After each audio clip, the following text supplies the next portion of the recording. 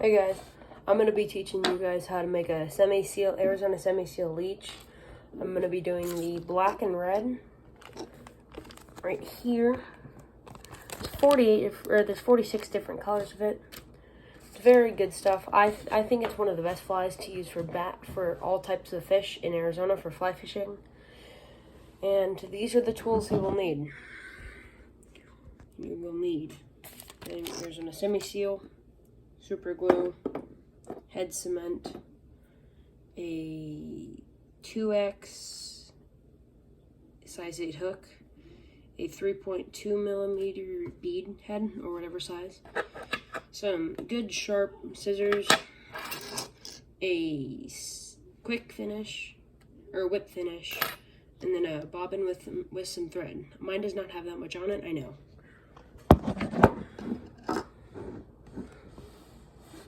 So, we're going to start off by taking the hook and going with the bead. The bead, it has two sides to it. It has a bigger side, and then it has a smaller side. You want to put the bigger side towards the tip of the hook. So here's the bigger side on the hook. Shoot. You want to put the bigger side of the hook right there. You're just going to want to follow that up. So it'll look like that. It'll look like... Come on, buddy, focus. My camera is not wanting to focus today. I do not know why. But it's not. But it will look something like that. You guys had a little bit of a picture of it. Now, you're going to want to put this in your little press, your hook, with your thing, whatever. You want it to look like this. So the bead is right here and your shank is up there. And you're going to want to take a little bit of your super glue or head cement, whatever you like. And just put a tiny bit right there. Just put a tiny, tiny bit on the bead and the hook. So that bead stays in the same position, always.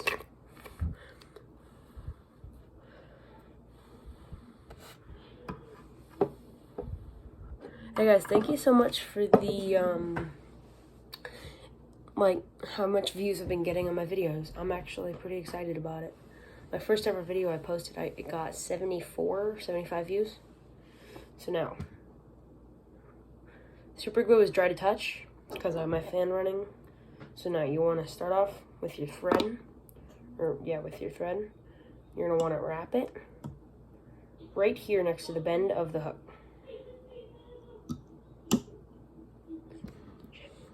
Shoot. Let me try that.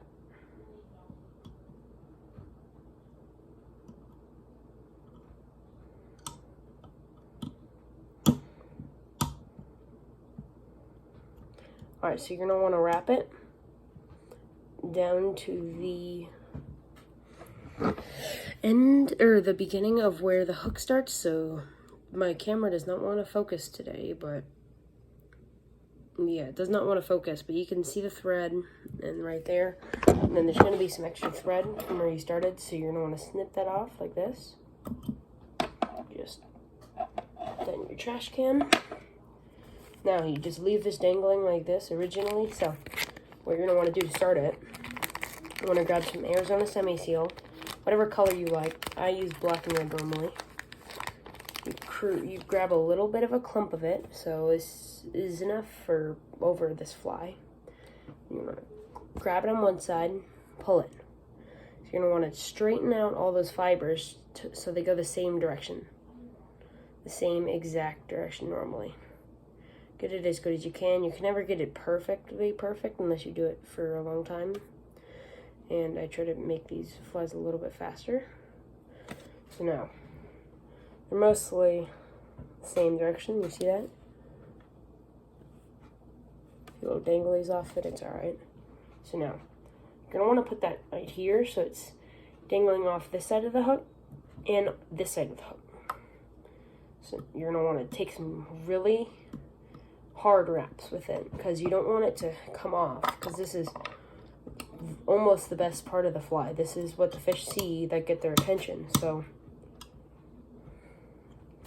now, because it's like this on this side and this side, you're gonna want to take it from the shank, or from the shank of the hook, put it over on the other side where it's supposed to be, start wrapping it over that. Again, guys, I am not a pro at tying this fly. I've only been tying for about 2 months now, so not that long for tie flying. I know people who've been tying for 16, 15 years. Now, it looks like this now. Not a bad fly so far.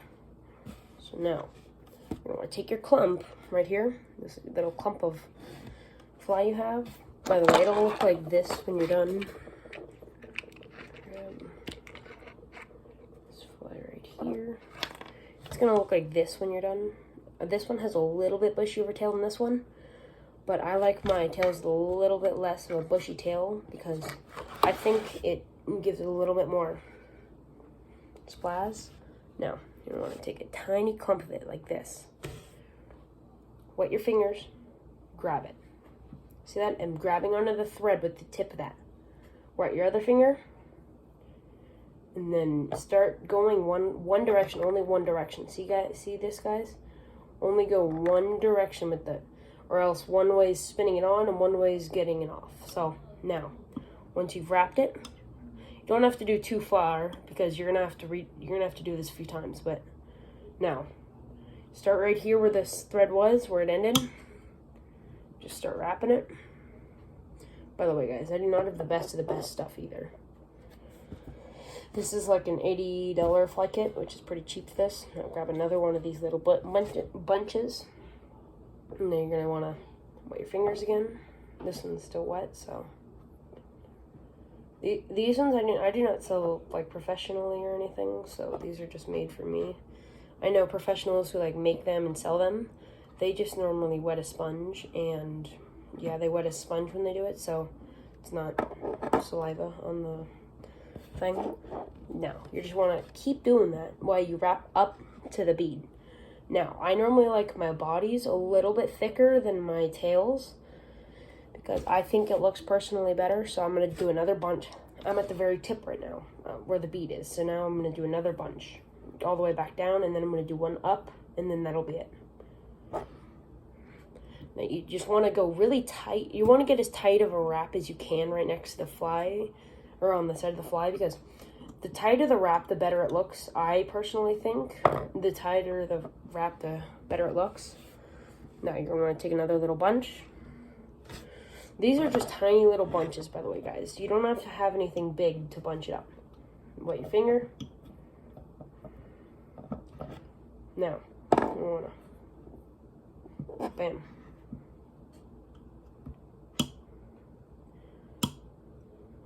Watch out for that hook point, guys. It will damage the thread a little bit while you do it if you hit it, like I did. All right, now, I like clean up our station a little bit because I like my stuff to be pretty clean. So, there's the body. It looks like a good body to me, good tail. Wrap that tail up a little bit. Now, take some good wraps. Take about 7 to 10 wraps around right behind the bead. Then your whip finish tool. If you do not know how to use this, you need to learn because it is confusing to start, but it helps you a lot when tying flies. I used to have to do the whip finish with my fingers, and it was not that fun. So, make it like this, a backwards 4. A little bit, you guys can see that, I hope. Now, you're just going to want to go right next to the hook shank with the tip, and then just start wrapping and wrapping and wrapping. I normally do about 4 wraps. Now, what you do, pull the thread off of this little arm right here. Pull this up and pull this down. So, how this is angled right now, if you guys can see that, there's the end, and then here's the bobbin. You're going to want to pull the bobbin down without letting thread out. Pull it till that little hook is all the way to the end. Pull it. And there's your whip finish. Some people do 2, I just do 1. Now, you're going to want to take your super glue. Where did that go? Here it is. Take take your super glue, move that fly down like this a little bit more, and what you're gonna want to do with your super glue, I normally just do a little tiny bit at the end so that knot never really fails. And yeah, guys, that's the whole really semi-seal fly. I've made quite a bit of them so far. My favorite color personally is the red and black, so I got a lot of the red and blacks in right now. Yep, a lot of the red and blacks. Come on.